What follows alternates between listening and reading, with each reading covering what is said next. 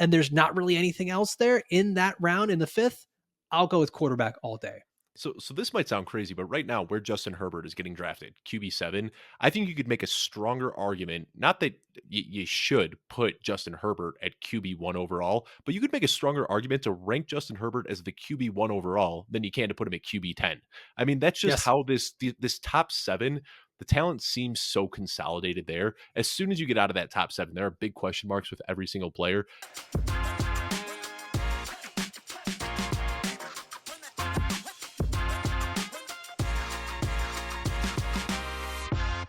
Well, mock drafts are one of the very best ways to prepare for your fantasy draft. And today, Dave Kluge and I are going to come up with our own versions of what we want to call the perfect mock draft. I don't think there's ever really a perfect mock draft, Dave, but we're going to try. All right, let's not waste any more time. Let's get into this mock draft where we are looking at the first two rounds, rounds 1 and 2, or as we call them, the building blocks. Okay, these are going to be your cornerstone players. Dave, for your team, you took Cooper Cup and Amon-Ra St. Brown. And like I said, we're not doing this from a certain spot, like the 5 spot or the 2 spot or anything like that. We are just looking at the best players that we want to build around that fall within the average draft position of that round. So for the first round, it's someone in the top 12. For the second round, it's going to be someone from pick 13 to 24. Okay, the idea here is for a 3 wide receiver league, PPR with a flex 12-team league. So that kind of gives you an idea of where we're starting with this. And Dave, you went wide receiver heavy here, okay, with Cooper Cup and Amon-Ra St. Brown. I went with Tyreek Hill and Tony Pollard. Now, I want to ask you this because I do love the players you picked. What are you looking for with your first picks? Are you looking for players that are going to have a safe floor? You know, there's always the moniker that you won't necessarily win your draft early, but you'll lose it early, right? Or do you just go for like, give me crazy ceiling? Do you want positional advantage? What stands out to you most when you start your drafts? Yeah, I don't want to take huge risks in the first round. And that might sound crazy because some people might look at Cooper Cup as a huge risk. You know, a 30-year-old wide receiver who's already dealing with a hamstring injury, coming off of a season ending injury last year. But all reports out of Los Angeles are that Cooper Cup is going to be just fine. They already had him listed as day to day, which implies that he will hopefully be back sooner rather than later. And we've still got almost a full month until kickoff. So they're going to take their time easing him back in to make sure he's 100% by week one. And then Amon St. Brown being my second pick. There's two things that both of these players have in common. They are target hogs. Now, Yep. of course, you know, scoring 60-yard touchdowns every single week is fun and big plays are a lot of fun, but I like the insulated value that you can get from guys that are going to have nothing is guaranteed in fantasy football, but close to a guaranteed heavy workload. And you know you're getting that with Cooper Cup and Amon St. Brown. Now, there are some running backs that I like in these first two rounds as well. I think paying up with the top 3 pick for Christian McCaffrey is a little bit rich. Austin Eckler concerns me a little bit because there have been murmurs about them adding, Dalvin Cook or an Ezekiel Elliott. But what I really like are Derrick Henry and Tony Pollard are the two guys that jump out to me in the first couple of rounds. Again, there are some risks associated with either of them, but those risks are seemingly baked into their ADBs, where you're getting these guys in the middle to the back end of the second round. So Tony Pollard, I think, is a great pick, somebody that I'm warming up to a little bit. I haven't been too crazy about Tony Pollard throughout this offseason, but as we start looking at projections a little bit and looking at training camp reports, it seems like they are content with what they've got right now in the backfield. So Tony Pollard should be in for a big workload this season.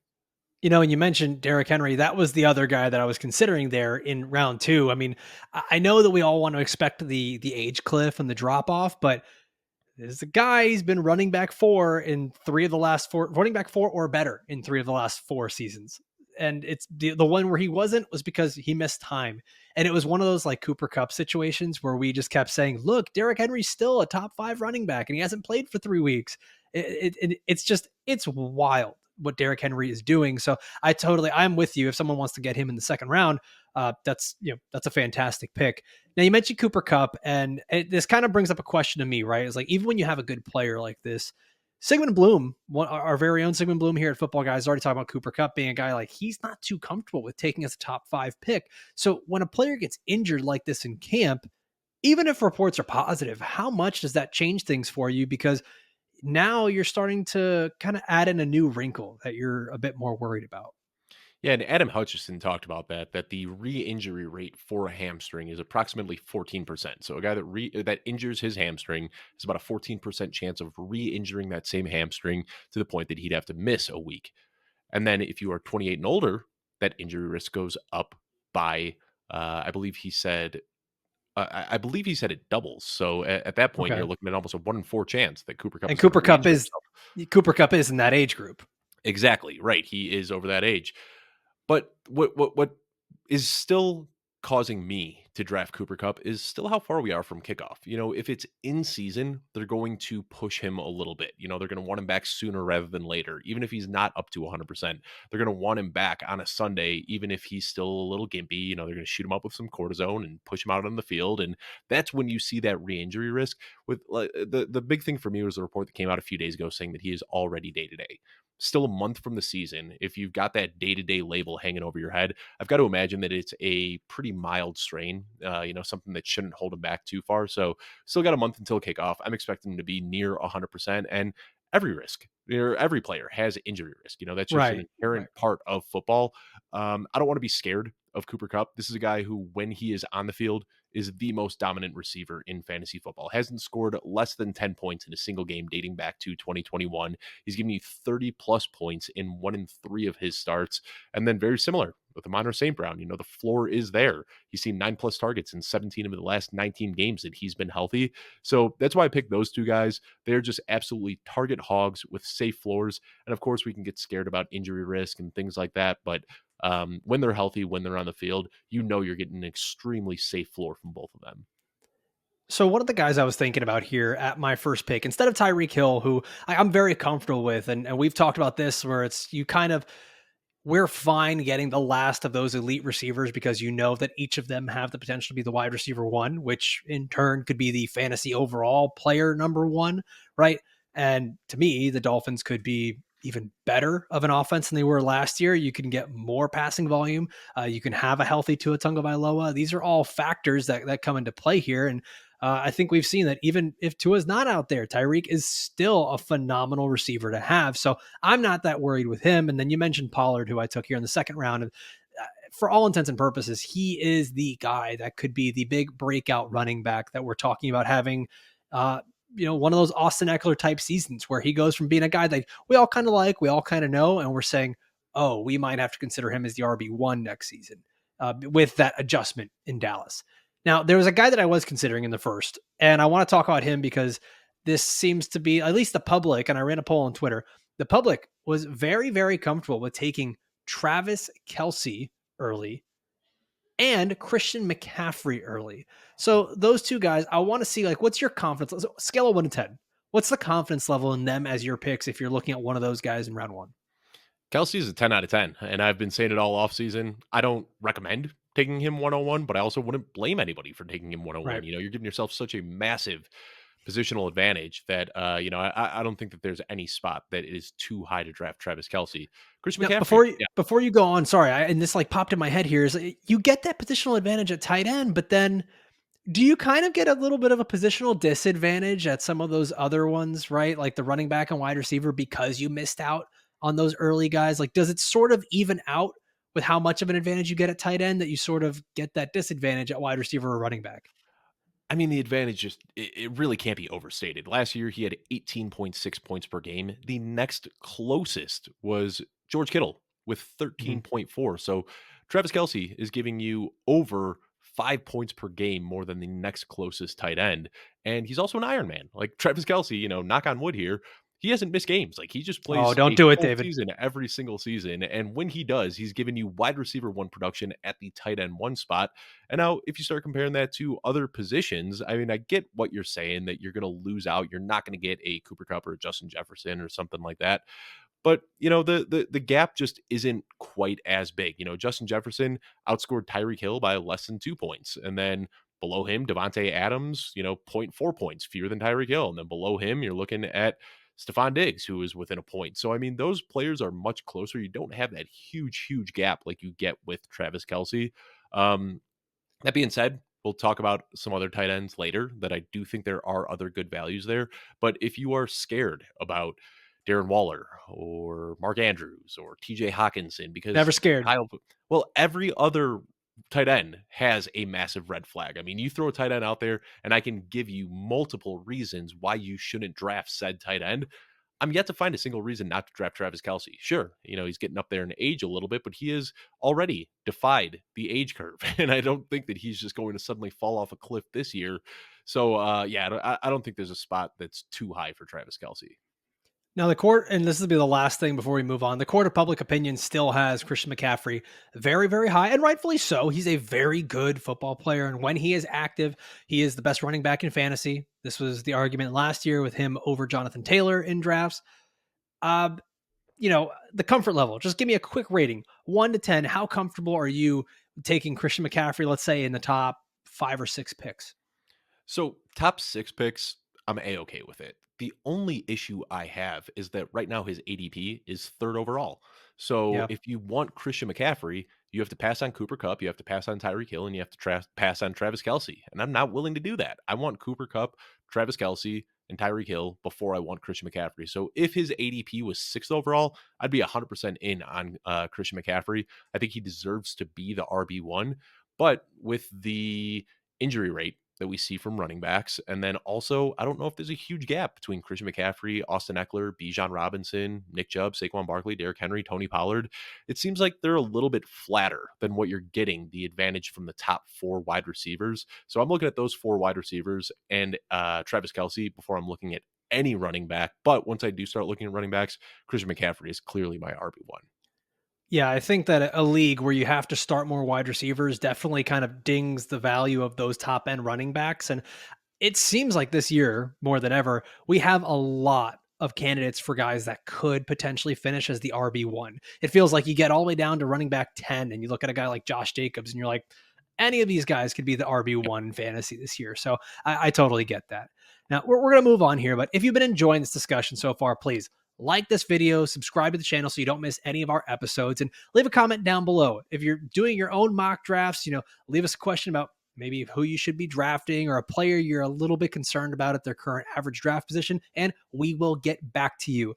And Dave, this was such a cool event for me to go to this weekend. I went to the Flex League draft on Saturday, invited by Jake Seeley of The Athletic. And it's this really cool fantasy league of experts that they do every single year where they bring guys from all over the country and in the industry. So I knew I had to bring my A game. And man, I also thought it was going to be cool, right? Like I didn't want to bring a laptop because I'm an expert. We don't bring, everyone had a laptop. I felt so stupid, but I was there with my cell phone, right? And I was using the draft mode for the rankings on footballguys.com. And it made things really easy for me. And I can say this and I might get even in trouble, but like I was very pleasantly surprised at just how easy it was for me and like how well it worked. It helped kept me on track throughout my draft and helped me find some draft values. And then afterwards, I plugged the whole roster into the rate my team feature on footballguys.com. And it let me know, it kind of gave me that assurance, right? Like we want to be told we did a good job. I was told that I have an 85% chance of making the playoffs with just good in-season management. So that kind of let me know, all right, this is a good team. I'm not as down as I thought I was going to be. So if you want to check all that stuff out and try it out for yourself, head on over to footballguys.com, get yourself an elite subscription, just $5.79 a month, and we will continue to save the economy through fantasy football. Dave, we're moving on to rounds 3 through 5 here. Let's take a look at who we each drafted. Dave, in round 3, you went Mark Andrews, tight end for the Ravens. Round 4, Jahmyr Gibbs, running back for the Detroit Lions. And then round 5, Justin Fields, quarterback for the Chicago Bears. On my side, I went Josh Jacobs in the 3rd round, running back for the Raiders. Keenan Allen, wide receiver for the Chargers. And then Justin Herbert, quarterback for the Chargers as well. Got myself a little stack there. Now, before we get into any of this stuff, stacking. I know that stacking is something that's typically reserved for best ball leagues and large tournaments so you can stand out and double up your points. How often are you legitimately doing this, or at least planning to or trying to do it in your home leagues where you're in a draft of a 10-man league, a 12-team league? Because it still does help, right? And from everything that I've read and studied, the benefits still outweigh the detriments, even when the stack doesn't go well. So yes, it's more beneficial in large tournaments, but it's not all that weird to do it in a smaller league. Yeah, I mean, the thought process behind it is that you're setting yourself up for a high end range of outcomes, by Right. just investing in one offense. You've already put a significant investment in one of these players. Why not invest in that same offense rather than hoping multiple offenses are going to be good? You're putting all of your chips in one. So, yeah, it's definitely more valuable in best ball. I think the biggest difference in best ball, though, is that's where I'm willing to try to figure out these stacks in like rounds 15, 16, 17, 18, adding a guy like Chase Claypool into the mix, if I already have Justin Fields in hopes that You they can said connect. Chase Claypool. But this is what I'm saying with the later guys, those are the guys in my home league draft. I'm not thinking about taking Chase Claypool at the end of my draft. I mean, even Right. if I have Justin Fields, that's where I'm looking for more of the stacks that I'm setting up on the front end. If I can get Travis Kelsey and Patrick Mahomes, if I can get Jamar Chase and Joe Burrow, if I can get Justin Fields and DJ Moore, I think that in your home leagues is when you want to stack with like the number one pass catcher on that offense. In best ball, that's where you can do some weird stacks where you're correlating a quarterback and a running back, or a quarterback and the team's wide receiver five that has big play upside on any given week. When it comes to a standard redraft league, your home league, season long league, whatever you want to call it, then I'm not as worried about stacks. And if I am going to, I want it to be a major investment in the front of my draft. Yeah, and that's what I did here with Keenan Allen and Justin Herbert. We'll talk more about that in just a second, but round 3 I think was interesting because I think you and I ended up with the best skill players that were not quarterbacks. Mhm. And that ends up being the round to me. I think round 3 where you've got Josh Allen, Jalen Hurts, and then at that turn you got Lamar Jackson just at the end of round 3 who's starting to creep up a little bit more and more. And so you start to ask yourself that question: do I want to get an elite quarterback? Do I end up being that first guy or maybe the second to end up taking a quarterback? Or do I still go after these players who could give me monumental value? Getting Josh Jacobs as the running back 10 in the third round is absolutely wild. And then for you, I know you felt some sort of way about being able to get Mark Andrews in the third round here. So let's talk about this because this is not Travis Kelsey at tight end. So what is the allure of going after the next best guy if it's not Travis Kelsey? Well, Mark Andrews had what a lot of people would consider to be a down year last year, but he got injured and Lamar Jackson got injured. And for whatever reason, people seemingly just forget about that when analyzing Mark Andrews. But at the end of the day, this guy's seen a 24% or better target share in 4 straight seasons, including a 29% target share last year, which led all tight ends. And I understand now there's some more volume competition here, target competition with Zay Flowers and Odell Beckham Yep. Jr. and a healthy Rashad Bateman. But even if that slice of the pie, I got to talk about pie at least once an episode. I'm You do it contractually every episode, obligated and now. it makes me upset and happy at the same time because every time we record, like I just haven't eaten yet, and then you talk about pie, and it's all like it totally throws me off. Well, that's a little peek behind the curtain. I didn't realize that, Alfredo. I cannot record on an empty stomach. I need to eat right before. So if you ever hear my stomach gurgling, it's because I just smashed lunch right before we No, started I got to recording. keep the vocal cords clean, sir. That's how we do it. I didn't know. I'll learn one of these days. Maybe a little Just read a halt book, in Dave. the Just tea. learn a little bit. But let me read this off to you really quickly.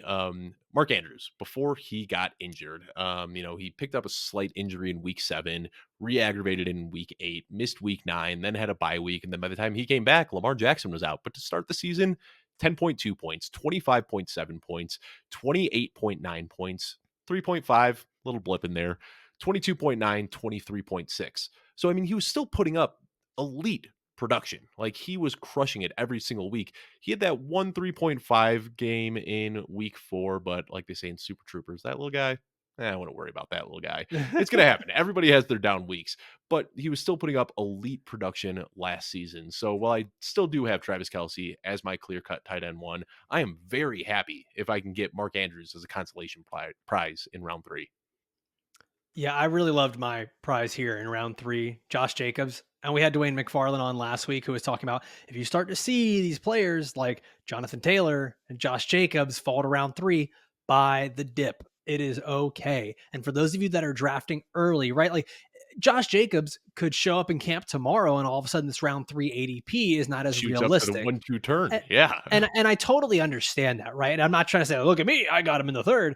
It's because those of you that are drafting early, don't be afraid to buy the dip on these players. Okay. This is the kind of move in the third round where this could make or break your entire fantasy season. Getting a guy like Josh Jacobs who could finish as a top 5 running back, and you're getting him in the third round. Like I just, it keeps blowing my mind every time I say Josh Jacobs third round. Like So let's just that's just wild, for a quick second, right now he's getting drafted in the third round and he's RB10, but a lot of that has to do with, some of the immaturity he's shown in right? years past and now the potential holdout here. So the guys that are listed ahead of him, I think that if Josh Jacobs showed up to camp today and said, hey, signing my franchise tender, I'm playing this week. It is what it is. Let's just go out there and play some ball. He obviously jumps ahead of Ramondre Stevenson, who's currently ahead of him. Yep. Um, some of the other names, though, Jonathan Taylor, Derrick Henry, Tony Pollard, Saquon Barkley. Do you think he jumps ahead of any of them as well?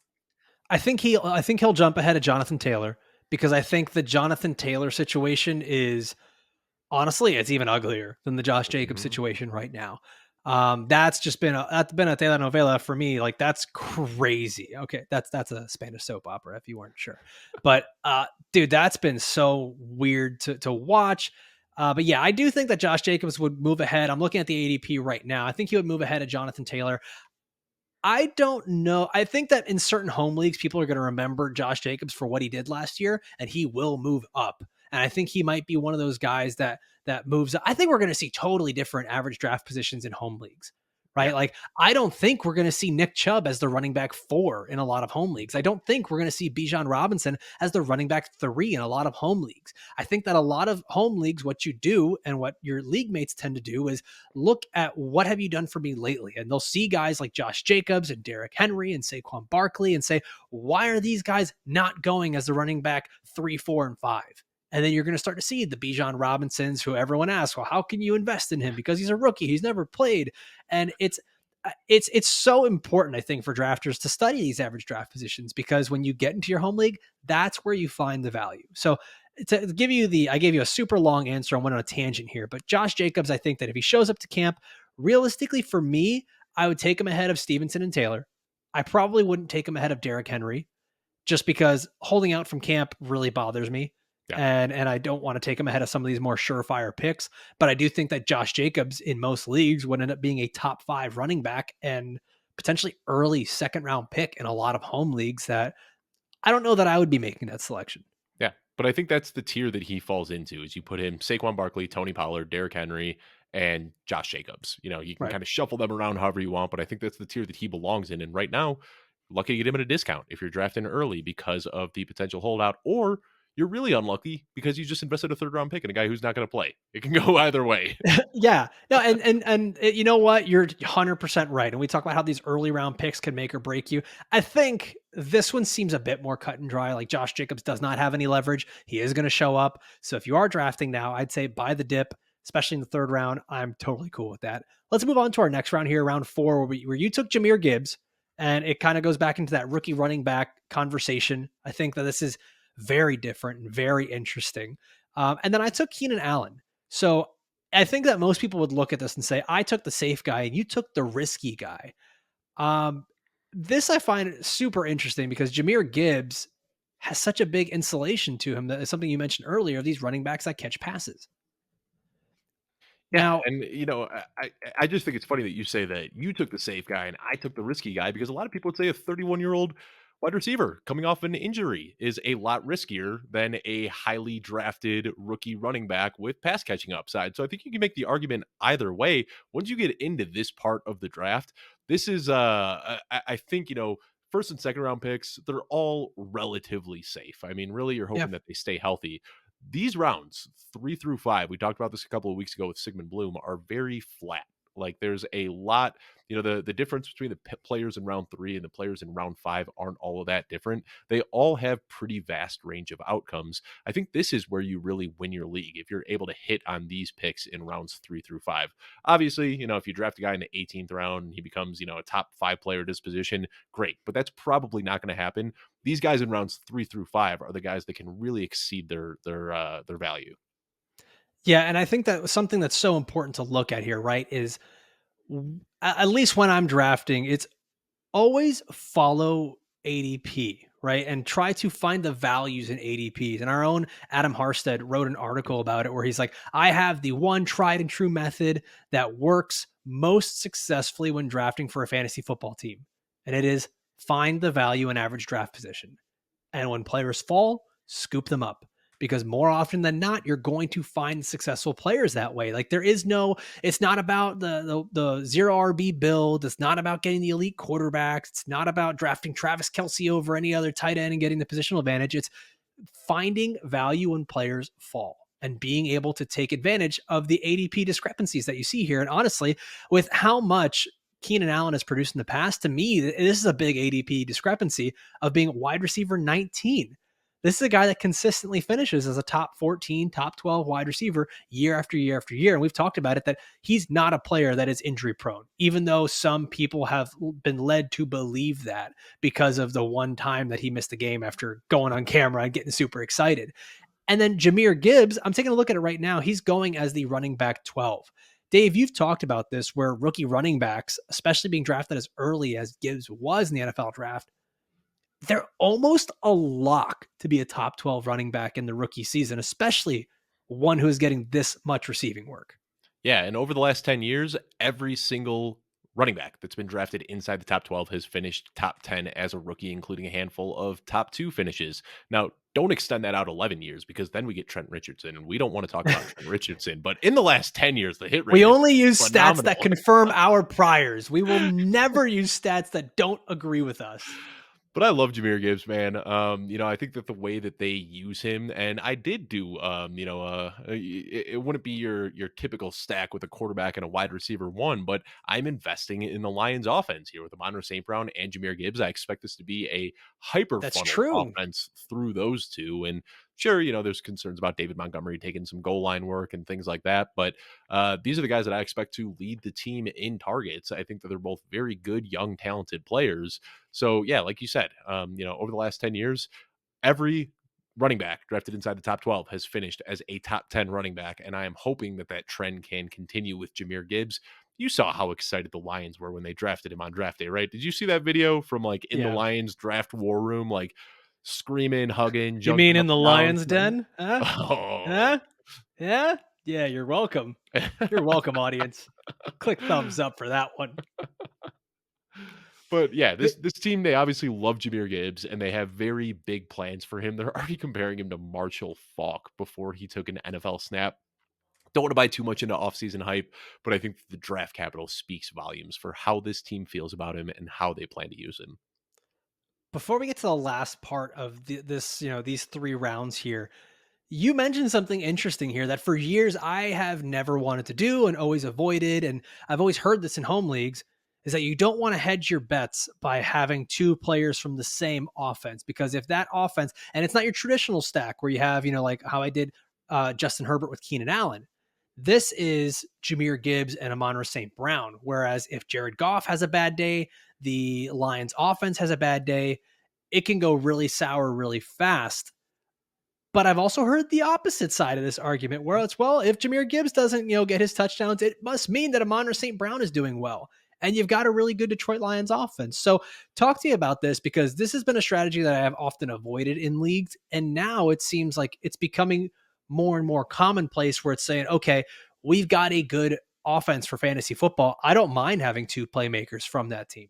Yeah, and it's all about picking the right teams. I'm not going to spend a second and a fourth round pick on Rashad White and Chris Godwin because that Tampa Bay Buccaneers offense doesn't project the same way that the Detroit Lions do. I don't have the number off the top of my head. You might know it, Alfredo, but how many indoor games did the Lions play this year? I think it's either 12 or 13 because all of their home Yes. games plus Yep. Minnesota, plus they've got a game where they go down to Dallas. This is a very electric offense, and that offense is oftentimes, really steamed up because of how bad the defense is. But it's a terrible defense and a good offense. They're playing the majority of their games indoors, and like I said, it's hyper funneled through these two guys. Of course, Marvin Jones is going to get some touches when Jameson Williams comes back. He'll get some looks as well, and you got the other guys in there, but Jahmyr Gibbs and Amon St. Brown are going to be the 2 target hogs on this offense on a team that is probably going to be top 5, maybe top 10 in plays run. So this is an offense that I'm okay putting the chips in.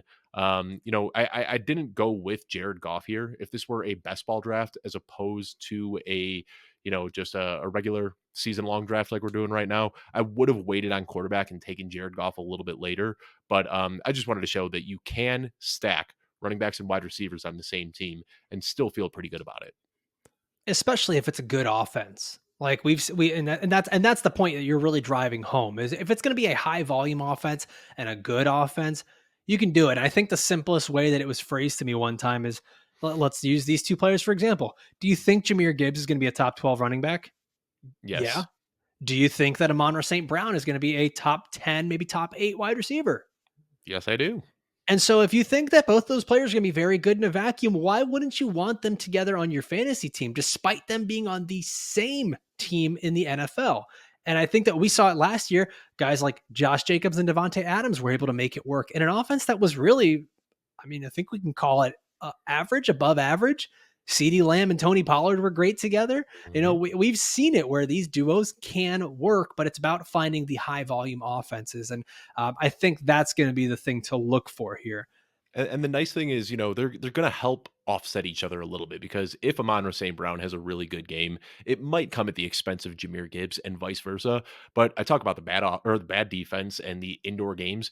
Seems going to be in a lot of barn burners. So when they are in Yeah. those games where the Detroit Lions offense puts up 55 points, you better believe Jameer Gibbs and Amon St. Brown are both getting a big slice of that pie. Oh my Last pie gosh. You brought reference, up pie promise. again. Quick, favorite pie. Banana cream pie. What? That was so out of banana cream pie. I feel like those are only made to throw at people like the Three Stooges. No, my wife does this one with like Nilla wafers that she like crushes Oh, up that's and puts into the right. crust, and Your then wife is whipped like the cream. greatest pie expert that That's there is. she what we call them bakers, but yes, No, I call it pie expert. That's what it is. Not a baker. It's a pie yes, expert. my wife is an amazing baker. Pie expert. This year she pulled out, but she had been doing the farmers market for the last few years. Did a great job there. I got to shout out to cherry pie as well. What she does is she uses a maraschino liqueur that Good she song too. puts into the filling, and then she does half sweet and a half sour cherries, and the way that they work together with that maraschino liqueur. I'm gonna get you down here to South Florida. We're gonna go to the Florida Keys, and I'm gonna get you a really good key lime pie from down here. You're gonna love it. Oh, I've had it Yeah, before. I'm not a fan of key lime, but maybe it is different down in the Keys. dude. No, you're gonna love it. Don't even try to fight it. All right, let's take a look at the last thing I want to talk about here from these rounds. And round 5 seemed to be the absolute sweet spot for quarterback. And I know we've talked about some of these elite guys, or that's the term that's thrown around. Patrick Mahomes, obviously, of course, elite. Josh Allen, Jalen Hurts, Lamar Jackson is starting to creep up again because of what he's done. But round 5 is where things get really interesting. And I think this is where I'm going to continue to target quarterbacks because you start to see Joe Burrow with his recent injury. He's dropping to that 4 or 5 turn and may be in round 5 by this time next week. And so you're looking at guys like Joe Burrow, Justin Fields, and Justin Herbert. 3 quarterbacks that all have the potential to finish as top 3 quarterbacks. And you're able to draft them as the quarterbacks 5, 6, and 7 in the 5th round. And so if you're telling me that I can get potentially elite quarterback production on what's called the onesie position, right? A single player position, if you're not doing super flex in the 5th round, that's awesome. And Dave, I'm going to read off some of the players here that we bypassed to get quarterbacks. Okay. Christian Kirk, Brandon Ayuk, who I know a lot of people love, but I've started to cool down on Brandon Ayuk. I don't know about you. TJ Hawkinson, Aaron Jones, Kenneth Walker, Deontay Johnson, Alexander Madison, Jackson Smith and Jigba, Chris Godwin, and Marquise Brown. They're not bad players, but I think almost every single one of those skill players that I've listed comes with major question marks. Mhm. However, when I look at the quarterback landscape of this round and I'm seeing Joe Burrow, Justin Fields, Justin Herbert, it almost feels like you're drafting all of them at what is their floor. Even if they're bad, like this is likely where all of them, this is their floor for fantasy. So I mean, you could talk to me more about this. Is this like the quarterback renaissance where if you don't have one of these top guys in fantasy football, because like this is how it used to be for running back. If you didn't have a top running back, you were behind the rest of your league. And now it's starting to feel like we have changed where If you don't have a top quarterback, you're kind of behind the rest of your league. So what I'll say, I think these top seven. First of all, you said Joe Burrow, Justin Fields, Justin Herbert, all of top three in the range of outcomes. I'll take it a step further and say all these guys have QB1 in their range Yes. of outcomes. I Yes. mean, they are 100%. that good, and I think that's the difference when you look at this top seven: Patrick Mahomes, Jalen Hurts, Josh Allen, Lamar Jackson, Joe Burrow, Justin Fields, Justin Herbert. They have that game breaking upside. Like it's not like, oh yeah, these guys are going to finish as QB1s. These are the guys that's like they have a 30 point per game season in their, range of outcomes. They can score 32 points per game in a season. They have that real game wrecking ability there. And the guys after aren't any schlubs, Trevor Lawrence, Deshaun Schlubs. Watson, Tua Good Tagovailoa, word, Dave. schlub. I know you like Schlubs. that one. That Um, was an awesome word. but if you look at QB 8 and beyond, Trevor Lawrence, Deshaun Watson, Tua Tagovailoa, Anthony Richardson, Dak Prescott, I'll stop at Kirk Cousins because that's when things get a little bit. Please do. But if you look at those guys, they all have like top 5 quarterback, maybe top 3 quarterback in their range of outcomes. But I don't know if they're going to possess that game breaking ability. Like Trevor Lawrence, if everything goes right, he can have a great season as a passer, but he doesn't have the rushing upside. Anthony Richardson, phenomenal. Rushing upside, and we know about that. But is he going to have the passing to help him get to a 30-point No. per game season? Probably not. Tua Tagovailoa, almost no rushing upside there. Deshaun Watson, questions off of how he was playing last year. So I think this top 7 is where I really, really like to draft. And I think you and I were both, pat ourselves on the back a little bit here. I think we were especially savvy in getting the guys at the end of those tiers. As much fun as it is to pay up for Josh Allen and Patrick Mahomes and have that guy in your team, we're looking at similar range of outcomes, and we got these guys rounds after. And that's, I think, the strategy that gets used so often is find guys at the end of the tiers that can still potentially make that tier jump. And we did that. I think here we're getting the guys that are considered the tier 2 quarterback, like the bottom of tier 2 quarterbacks.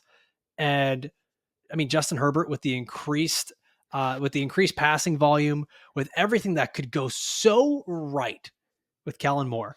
We talk about the intended air yards for Justin Herbert being one of the absolute lowest in the league, and being able to bring in Kellen Moore, who has consistently had Dak Prescott as top 15 in the league. If you start to get Justin Herbert making these same plays, but throwing the ball just a bit farther, everything looks so much better for that Chargers offense. And I mean, you took Justin Fields, a bit of a homer pick. I'm not here to say that, but I'm going to say it anyways. But It's my we have guy. seen we have seen though that if Justin Fields even just gets a little bit better at passing the ball, this is a guy who was he was quarterback 4, 5 last season. Yeah, QB5 from week 5 QB, onward. yeah. You did the from week 5 onward though. All You right, gave me all the right. little. They were running like 12 plays a game to start the season, so I think we can do it. Okay, fine, fine. So quarterback 5 from week 5 onward. Got it. But like, this is a guy that if he does take that step, you're talking about, just like you said, these are two players that could be the number 1 quarterback by the end of the fantasy season. I know how crazy that might sound to some people, but to get them in the 5th round, where when you look around and you kind of do the John Travolta like Pulp Fiction meme and you're looking around and there's not really anything else there in that round in the 5th, I'll go with quarterback all day. So this might sound crazy, but right now where Justin Herbert is getting drafted, QB7, I think you could make a stronger argument. Not that you should put Justin Herbert at QB1 overall, but you could make a stronger argument to rank Justin Herbert as the QB1 overall than you can to put him at QB10. I mean, that's just Yes. how this top 7, the talent seems so consolidated there. As soon as you get out of that top 7, there are big question marks with every single player. You can't go wrong with any of these quarterbacks, unless of course Joe Burrow, there's some injury setback or something like that. And again, Right. injury is a variable that we have to consider with any player that we draft. But outside of injury, these top 7 are very, very likely to finish inside the top 5 at the end of the year. Or I'm sorry, All top right. 10. Well, all right. Well, we're going to continue this conversation over on the audio version of our podcast. Okay. And if you want to get the full mock draft, you want to hear the full episode, just click the link in the description. This has been our perfect mock draft. Thank you for watching.